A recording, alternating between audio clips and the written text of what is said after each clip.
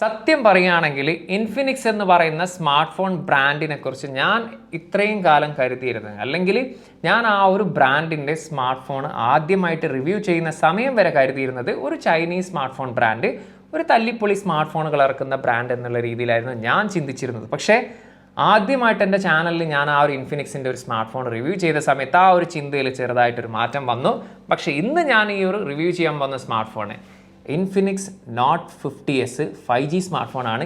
ഇതുകൂടി ഞാൻ യൂസ് ചെയ്ത സമയത്ത് എനിക്ക് ഫീൽ ചെയ്തത് തല്ലിപ്പൊളി ബ്രാൻഡോ കാര്യങ്ങളോ ഒന്നുമല്ല, നല്ല അന്തസ്സോടെ മുമ്പിൽ എടുത്ത് വെക്കാൻ പറ്റുന്ന ഒരു കിഡിലൻ ബ്രാൻഡായിട്ട് തന്നെയാണ് എനിക്ക് ഈ ഒരു ഇൻഫിനിക്സിനെ ഈ ഒരു സമയത്ത് എനിക്ക് ഫീൽ ചെയ്യുന്നത്. എനിവേ, എൻ്റെ ഒരു യൂസർ എക്സ്പീരിയൻസ് എന്നുള്ള രീതിയിൽ ഏകദേശം 10 ദിവസത്തിനടുത്ത് മിണ്ടാടുക്കല 10 ദിവസത്തിനടുത്തായിട്ട് ഞാൻ ഈ ഒരു സ്മാർട്ട് ഫോൺ യൂസ് ചെയ്യുന്നുണ്ട്. ആ ഒരു യൂസർ എക്സ്പീരിയൻസ് എന്നുള്ള രീതിയിലായിരിക്കും നമ്മൾ വീഡിയോ ചെയ്യുന്നുണ്ടാവുക. അപ്പോൾ എന്നും പറയാനുള്ള പോലെ തന്നെ വീഡിയോ ഇഷ്ടപ്പെട്ടാൽ ലൈക്ക് ചെയ്യാനും ചാനൽ ഇതുവരെ സബ്സ്ക്രൈബ് ചെയ്തില്ലെങ്കിൽ ചാനൽ സബ്സ്ക്രൈബ് ചെയ്യുന്ന കാര്യം കൂടി ഒന്ന് പരിഗണിച്ചോളി. ഇന്ത്യൻ വേരിയൻ്റ് അല്ല, ഗ്ലോബൽ വേരിയൻ്റ് ആണ്. അതുകൊണ്ട് തന്നെ ചെറുതായിട്ടുള്ള രീതിയിലുള്ള സ്പെസിഫിക്കേഷൻ വ്യത്യാസങ്ങളും കാര്യങ്ങളുണ്ടാവും. സമയം കളയണ്ട. Welcome to mister unbox and travel. ബോക്സിനകത്ത് സ്മാർട്ട് ഫോൺ കൂടാതെ 45 വാട്ടിൻ്റെ ഒരു ചാർജർ അഡാപ്റ്ററാണ് വരുന്നത്. Type A to Type C charging cable, പിന്നീട് ഒരു SVIP സർവീസ് കാർഡ് വരുന്നുണ്ട്. സ്മാർട്ട് ഫോണിൻ്റെ കളറിനനുസരിച്ചുള്ള രീതിയിലുള്ള നല്ല കിഡിലൻ കേസ് നമുക്ക് ഇതിൻ്റെ കൂടെ വരുന്നുണ്ട്. 3 കളേഴ്സിലാണ് ഈ ഒരു സ്മാർട്ട് ഫോൺ അവൈലബിൾ ആകുന്നത്. വീഗൻ ലെതർ ഫിനിഷോട് കൂടിയിട്ടുള്ള ആ ഒരു മറൈൻ ഡ്രിഫ്റ്റ് എന്ന് പറയുന്ന കളറും, ഇതുകൂടാതെ ടൈറ്റാനിയം ഗ്രേയും റൂബി റെഡ് എന്ന് പറയുന്ന കളറിലും അവൈലബിൾ ആണ്. ഡിസൈൻ ആൻഡ് ബിൽഡ് ക്വാളിറ്റി നോക്കുകയാണെങ്കിൽ ഈ ഒരു മറൈൻ ഡ്രിഫ്റ്റ് എന്ന് പറയുന്ന ഈ ഒരു കളറിൽ ബാക്ക് പാനൽ യൂസ് ചെയ്തിരിക്കുന്ന വീഗൻ ലെതറാണ്. നല്ല സ്റ്റൈലിഷ് ആയിട്ടുള്ള ഒരു പാറ്റേൺ കാണാൻ സാധിക്കും. മറ്റ് 2 കളേഴ്സിലും പ്ലാസ്റ്റിക് ബാക്ക് പാനലാണ് വരുന്നത്, പക്ഷേ ഒരു മാറ്റ് ഫിനിഷോട് കൂടിയിട്ടാണ് വരുന്നത്. ബോഡി ഫ്രെയിം വരുന്നത് പ്ലാസ്റ്റിക് തന്നെയാണ്. ഭയങ്കര സ്റ്റൈലിഷ് ലുക്ക് ആയിട്ടുള്ള രീതിയിലുള്ള ഒരു ക്യാമറ മൊഡ്യൂളും വരുന്നുണ്ട്.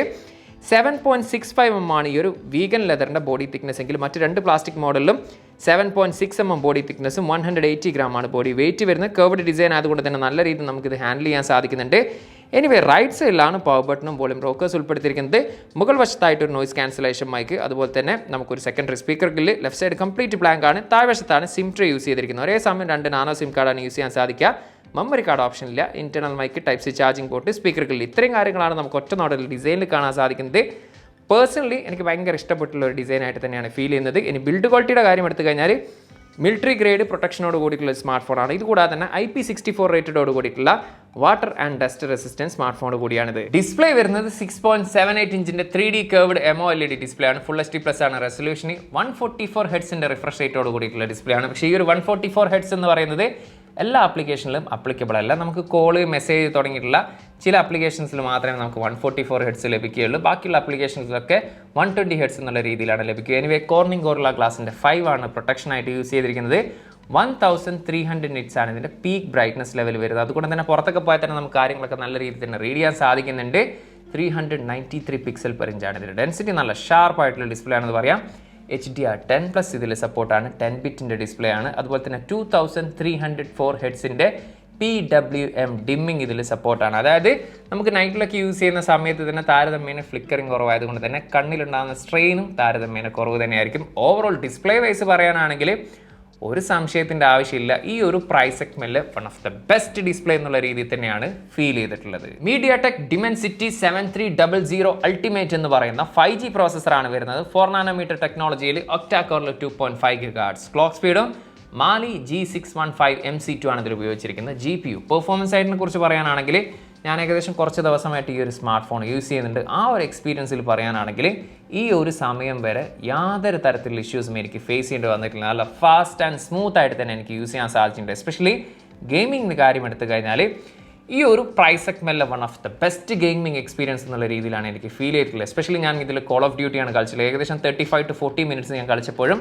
എനിക്ക് അങ്ങനെ ഒരു ഹീറ്റിംഗ് ഇഷ്യൂ എന്നുള്ള രീതിയിൽ ഫേസ് ചെയ്തിട്ടില്ല. വളരെ ചെറുതായിട്ടുള്ള രീതിയിൽ വാമാന്ന് മാത്രമേ ഫേസ് ചെയ്തിട്ടുള്ളൂ. അതുപോലെ തന്നെ യാതൊരു തരത്തിലുള്ള ഫ്രെയിം ഡ്രോപ്പ് ഇഷ്യൂസോ അല്ലെങ്കിൽ ലാഗിങ് ഇഷ്യൂ ഒന്നും ഇല്ലാതെ നല്ല സ്മൂത്ത് ആയിട്ട് തന്നെ എനിക്കിതിൽ ഗെയിം കളിക്കാൻ സാധിച്ചിട്ടുണ്ട്. അതായത് പ്രോ ലെവൽ ഗെയിമിംഗ് എക്സ്പീരിയൻസ് അല്ലെങ്കിൽ കൂടിയും നമ്മൾ ഈ ഒരു പ്രൈസിൽ എക്സ്പെക്ട് ചെയ്യുന്നതിന് മുകളിലുള്ള ഒരു ഗെയിമിംഗ് എക്സ്പീരിയൻസ് ആണ് എനിക്കിതിൽ ഗെയിമിംഗ് സൈഡിൽ ആസ്വദിക്കാൻ സാധിച്ചിട്ടുള്ളത്. എനിവേ, 2 മെമ്മറി വേരിയൻസിലാണ് ഇന്ത്യയിൽ ഈ ഒരു സ്മാർട്ട് ഫോൺ അവൈലബിൾ ആകുന്നത്. 8GB 128ഉം 8GB 256GB ഗ്ലോബലിൽ 8GB 256GB എന്ന് പറയുന്ന ഒരൊറ്റ മെമ്മറി വേരിയന്റിലാണ് വരുന്നത്. LPDDR5X RAM ടൈപ്പും UFS സ്റ്റോറേജ് ടൈപ്പ് വരുന്നത് 2.2 ആണ്. അതുപോലെ തന്നെ മെമ്മറി കാർഡ് ഇടാനുള്ള ഒരു ഓപ്ഷൻ ഇല്ല. എനിവേ, കണക്ടിവിറ്റിയുടെ സൈഡിലേക്ക് വന്നു കഴിഞ്ഞാൽ 5G സ്മാർട്ട് ഫോണാണ്. പക്ഷേ ഇന്ത്യയിൽ 10ഓളം 5G ബാൻഡും ഗ്ലോബലിൽ 15ഓളം 5G ബാൻഡ് ഇതിൽ സപ്പോർട്ടാണ്. ഡ്യുവൽ 4G LTE ഇതിൽ സപ്പോർട്ടാണ്. വൈഫൈ 6 ആണ് ഇതിൽ വരുന്നത്. ബ്ലൂടൂത്തിൻ്റെ 5.4 ആണ് വരുന്നത്. അതുപോലെ ഇന്ത്യയിൽ എനിക്ക് തോന്നുന്നു NFC സപ്പോർട്ട് എല്ലാം തോന്നുന്നു. ഇനി സപ്പോർട്ട് ആണെങ്കിൽ തീർച്ചയായിട്ടും ആ ഒരു കാര്യം ഒന്ന് ദയവ് ചെയ്ത് കമൻറ്റ് ചെയ്യുക. പക്ഷേ ഗ്ലോബൽ വേരിയൻറ്റിൽ NFC സപ്പോർട്ടാണ്. IR ബ്ലാസ്റ്ററും ഈ ഒരു സ്മാർട്ട് ഫോണിൽ സപ്പോർട്ടാണ്. ആൻഡ്രോയിഡ് 15 ബേസ്ഡ് XOS 15 ആണ് ഈ ഒരു സ്മാർട്ട് ഫോൺ പ്രവർത്തിക്കുന്നത്. 2 വർഷത്തെ സോഫ്റ്റ്വെയർ അപ്ഡേറ്റ്, 3 വർഷത്തെ സെക്യൂരിറ്റി പാച്ച് അപ്ഡേറ്റ് ആണ് കമ്പനി പ്രോമിസ് ചെയ്തിരിക്കുന്നത്. ചെറുതായിട്ടുള്ള രീതിയിലുള്ള ബ്ലോട്ടേഴ്സും ഹാർഡ്വെയർസ് ഒക്കെ നമുക്കിതിൽ കാണാൻ സാധിക്കുന്നുണ്ട്. എനിവേ ഒട്ടനവധി ഫീച്ചേഴ്സ് നമുക്ക് ഈ ഒരു സ്മാർട്ട് ഫോണിൽ കാണാൻ സാധിച്ചിട്ടുണ്ട്. എസ്പെഷ്യലി ഇവരുടെ തന്നെ വോയിസ് അസിസ്റ്റൻ്റ് ആയിട്ടുള്ള ഫോലെക്സും ഗൂഗിൾ ജെമിനി റിലേറ്റഡ് ആയിട്ടുള്ള ഫീച്ചേഴ്സും wallpaper generator, notes, cutout, call assistant, call translation തുടങ്ങിയിട്ടുള്ള ഒട്ടനവധി ഫീച്ചേഴ്സ് നമുക്കിതിൽ കാണാൻ സാധിക്കും. അതുപോലെ തന്നെ എടുത്തു പറയുന്ന മറ്റൊരു കാര്യമാണ്, ചെറുതാണ് പക്ഷേ വളരെ യൂസ്ഫുൾ ആയിട്ടുള്ള ഒരു ഫീച്ചറാണ് ഈ ഒരു ആക്റ്റീവ് ഹാലോ ലൈറ്റിംഗ് എന്ന് പറയുന്ന ഈ ഒരു ക്യാമറയുടെ താഴ്വശത്തായിട്ട് കാണുന്ന ഈ ഒരു ലൈറ്റിംഗ് ഫീച്ചർ എന്ന് പറയുന്നത്. അതായത് നമുക്ക് ആ ഒരു ഓപ്ഷൻ എനേബിൾ ചെയ്ത് കഴിഞ്ഞാൽ നമ്മൾ ഗെയിം കളിക്കുന്ന സമയത്ത് അല്ലെങ്കിൽ മൊബൈൽ ചാർജ് ചെയ്യുന്ന സമയത്ത് ഇവൺ ഏറ്റവും യൂസ്ഫുൾ ആയിട്ട് തോന്നിയിട്ടുള്ള കാര്യം എന്ന് പറയുന്നത്, നമ്മൾ റിയർ ക്യാമറ വെച്ചിട്ട് വീഡിയോസ് ഒക്കെ എടുക്കുന്ന ആളുകളാണെങ്കിൽ നമ്മുടെ വീഡിയോ സ്റ്റാർട്ടായി എന്നുള്ള രീതിയിൽ ആ ഒരു നോട്ടിഫിക്കേഷൻ എന്നുള്ള രീതിയിൽ നമുക്ക് ആ ഒരു ലൈറ്റിൻ്റെ ആ ഒരു എഫക്റ്റ് നമുക്ക് കാണാൻ സാധിക്കും. ആ ഒരു ഫീച്ചറും ഒരു യൂസ്ഫുൾ ആയിട്ട് തന്നെയാണ് തോന്നിയിട്ടുള്ളത്. ബാറ്ററിയുടെ കാര്യത്തിലാണ് ഇന്ത്യനും ഈ ഒരു ഗ്ലോബൽ വേരിയൻറ്റ് തമ്മിലുള്ള പ്രധാന വ്യത്യാസം. ഇന്ത്യൻ വേരിയൻറ്റിൽ 5500 mAh ബാറ്ററിയും ഈ ഒരു ഗ്ലോബൽ വേരിയൻറ്റിൽ 5200 mAh ബാറ്ററിയാണ് വരുന്നത്. രണ്ടിലും 45 വാട്ടിൻ്റെ ചാർജറാണ് കൂടെ വരുന്നത്. 10 വാട്ടിൻ്റെ റിവേഴ്സ് വയർഡ് ചാർജിങ് സപ്പോർട്ടാണ്. അതുപോലെ തന്നെ ബൈപ്പാസ് ചാർജിങ്ങും ഈ ഒരു സ്മാർട്ട് ഫോണിൽ സപ്പോർട്ടാണ്. എന്താണ് ബൈപ്പാസ് ചാർജിങ് എന്ന് അറിയാത്തവർക്ക് വേണ്ടി ഞാൻ ചുരുക്കി പറഞ്ഞുതരാം. നമ്മൾ ഈ ഒരു സ്മാർട്ട് ഫോണിൽ ഗെയിമൊക്കെ കളിക്കുന്ന സമയത്ത് ആ ഒരു ബൈപ്പാസ് ചാർജിങ്ങിൻ്റെ ആ ഒരു ഓപ്ഷൻ എനേബിൾ ചെയ്യുകയാണെങ്കിൽ നമ്മൾ ഈ ഒരു സ്മാർട്ട് ഫോണിൻ്റെ കൂടെ ലഭിക്കുന്ന ഒറിജിനൽ ചാർജറാണ് യൂസ് ചെയ്യുന്നതെങ്കിൽ ഡയറക്റ്റ് ആയിട്ട് ആ ഒരു ചാർജിങ് ബാറ്ററിയിലായിരിക്കില്ല പോവുക, മദർ ബോർഡിലേക്കായിരിക്കും പോവുക. അത്തരത്തിൽ പോകുന്ന സമയത്ത് നമുക്ക് കുറച്ചും കൂടി ടെമ്പറേച്ചർ കൺട്രോൾ ചെയ്യാൻ സാധിക്കും. അതുപോലെ തന്നെ ബാറ്ററിയുടെ ലൈഫ് സ്പാന് കൂട്ടാൻ കൂടി സാധിക്കുന്നതാണ്. എനിവേ ഓവറോൾ ഈ ഒരു സ്മാർട്ട് ഫോണിൻ്റെ ബാറ്ററി പെർഫോമൻസിനെ കുറിച്ച് പറയുകയാണെങ്കിൽ, നമ്മളൊരു ഹെവി യൂസർ ആണെങ്കിൽ ഏകദേശം ഒരു ദിവസത്തിനടുത്തും, നമ്മളൊരു നോർമൽ യൂസർ ആണെങ്കിൽ ഒരു ദിവസത്തിന് മുകളിലും ഈസി ആയിട്ട് ഈ ഒരു സ്മാർട്ട് ഫോൺ യൂസ് ചെയ്യാൻ സാധിക്കും. JBL ട്യൂൺ ചെയ്തിട്ടുള്ള ഡ്യുവൽ സ്റ്റീരിയോ സ്പീക്കേഴ്സ് ആണ് ഈ ഒരു സ്മാർട്ട് ഫോണിൽ വരുന്നത്.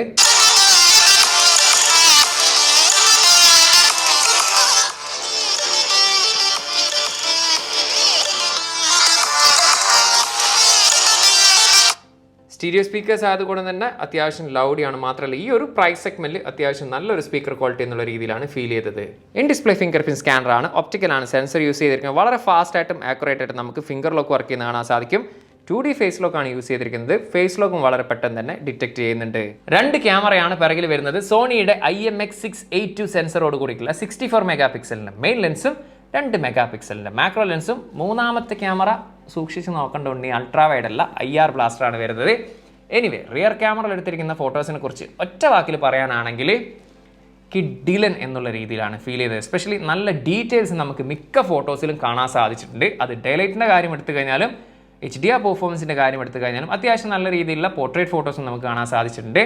ആർട്ടിഫിഷ്യൽ ലൈറ്റിംഗ് കണ്ടീഷൻ ഉണ്ടെങ്കിൽ കുഴപ്പമില്ലാത്ത രീതിയിലുള്ള നൈറ്റ് ഫോട്ടോഗ്രാഫിങ് എനിക്കിതിൽ കാണാൻ സാധിക്കുന്നുണ്ട്. പിന്നെ 2 മെഗാ പിക്സലിൻ്റെ മാക്രോ ആയതുകൊണ്ട് തന്നെ ജസ്റ്റ് ഓക്കെ എന്നുള്ള രീതിയിലുള്ള ഒരു മാക്രോ പെർഫോമൻസ് ആണ് ഫീൽ ചെയ്തിട്ടുള്ളത്. 13 മെഗാ പിക്സലിൻ്റെ സെൽഫി ക്യാമറയാണ് ഇതിൽ യൂസ് ചെയ്തിരിക്കുന്നത്. സെൽഫി ഫോട്ടോസ് കുറച്ചും കൂടി ബെറ്റർ ആയിട്ട് എനിക്ക് ഫീൽ ചെയ്തിട്ടുണ്ട്. എസ്പെഷ്യലി നല്ല ഡീറ്റെയിൽസ് നമുക്ക് ഫേസിലൊക്കെ കാണാൻ സാധിക്കുന്നുണ്ട്. അത് ഡേലൈറ്റിൻ്റെ കാര്യമാണെങ്കിലും HDR ഫോട്ടോസിൻ്റെ കാര്യമാണെങ്കിലും എടുത്തു പറയേണ്ടത് പോർട്രേറ്റ് ഫോട്ടോസാണ്. എസ്പെഷ്യലി ആ ഒരു എഡ്ജ് ടു എഡ്ജ് ഡിറ്റക്ഷനും അതുപോലെ തന്നെ ആ ഒരു ബൊക്കെ എഫക്റ്റ് ഒക്കെ അത്യാവശ്യം നല്ല രീതിയിൽ തന്നെ കാണാൻ സാധിച്ചിട്ടുണ്ട്. ആർട്ടിഫിഷ്യൽ ലൈറ്റിംഗ് കണ്ടീഷൻ ഉണ്ടെങ്കിൽ അത്യാവശ്യം നല്ല രീതിയിലുള്ള നൈറ്റ് ഫോട്ടോഗ്രാഫി നമുക്ക് ഈ ഒരു സ്മാർട്ട് ഫോണിൽ എടുക്കാൻ സാധിച്ചിട്ടുണ്ട്. അപ്പോൾ ഓവറോൾ ഈ ഒരു പ്രൈസ് സെഗ്മെന്റിലെ ഏറ്റവും ടോപ്പ് ലെവൽ ക്യാമറ പെർഫോമൻസ് എന്നുള്ള രീതിയിൽ തന്നെയാണ് എനിക്ക് ഫീൽ ചെയ്തിട്ടുള്ളത്. എനിവേ വീഡിയോ സാമ്പിൾ ഞാൻ ഇതിൻ്റെ കൂടെ കൊടുക്കാം. അതിനെക്കുറിച്ച് ഞാൻ പറയുന്നതിലും ബെറ്റർ നിങ്ങൾ തന്നെ കണ്ടുകൊണ്ട് മനസ്സിലാക്കുന്നതാണ്. റിയർ ക്യാമറ വീഡിയോ ഫുട്ടേജ് ആണ്. 4K 30 ഫ്രെയിം പെർ സെക്കൻഡ് ആണ് മാക്സിമം വീഡിയോ റെസൊല്യൂഷന്. അതിലാണ് നമ്മളിപ്പോൾ ഷൂട്ട് ചെയ്യുന്നത്. നല്ല രീതിയിലൊരു സ്റ്റെബിലിറ്റി നമുക്ക് കാണാൻ സാധിക്കും. അതുപോലെ തന്നെ നല്ല HDR പെർഫോമൻസും കാണാൻ സാധിക്കുന്നുണ്ട്. അത്യാവശ്യം നല്ല ഡീറ്റെയിൽസ് നമുക്ക് വീഡിയോയിൽ കാണാൻ സാധിക്കുന്നുണ്ട്.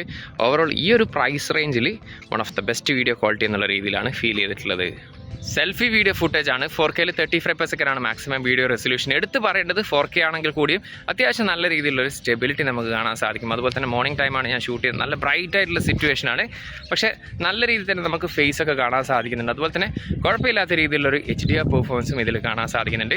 ഓവറോൾ ഈ ഒരു പ്രൈസ് സെഗ്മെന്റ് വെച്ച് നോക്കുകയാണെങ്കിൽ one of the best video എന്നുള്ള രീതിയിലാണ് ഫീൽ ചെയ്തിട്ടുള്ളത്.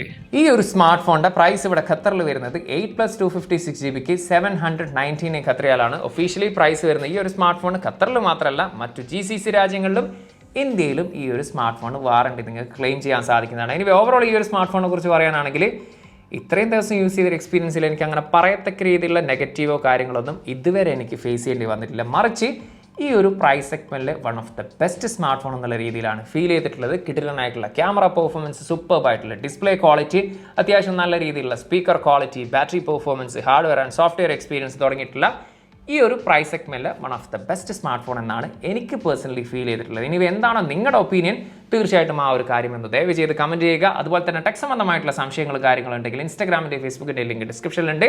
അവിടെ നിങ്ങൾക്ക് മെസ്സേജ് അയച്ച് ചോദിക്കാവുന്നതാണ്. ഈ ഒരു ചാനലും വീഡിയോസും യൂസ്ഫുൾ ആണെന്ന് കരുതിയാൽ ചാനൽ സബ്സ്ക്രൈബ് ചെയ്യുന്ന കാര്യം കൂടി ഒന്ന് പരിഗണിച്ചോളൂ. അപ്പോൾ മറ്റൊരു പുതിയൊരു വീഡിയോയിൽ കാണാമെന്ന പ്രതീക്ഷയിൽ തൽക്കാലം ഞാൻ ഇവിടെ പറയുന്നു. സെയ്ദ് ഇർഷാദ്.